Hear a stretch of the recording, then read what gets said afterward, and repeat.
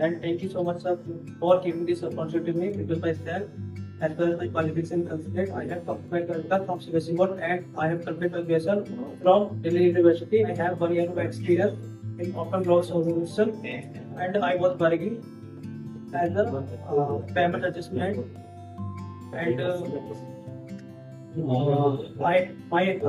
I have hobbies, listening music and playing cricket and explore which are related and hills area.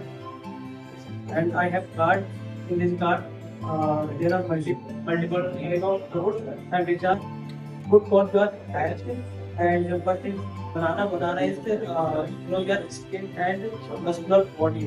And second is orange is shows your stamina and push your capacity and strong your hair also.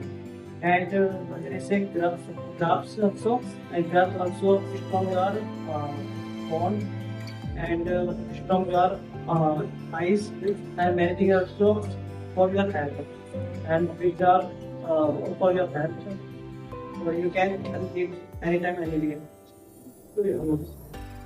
That's it. Hello guys, thank you for giving me this opportunity to introduce myself in front of you.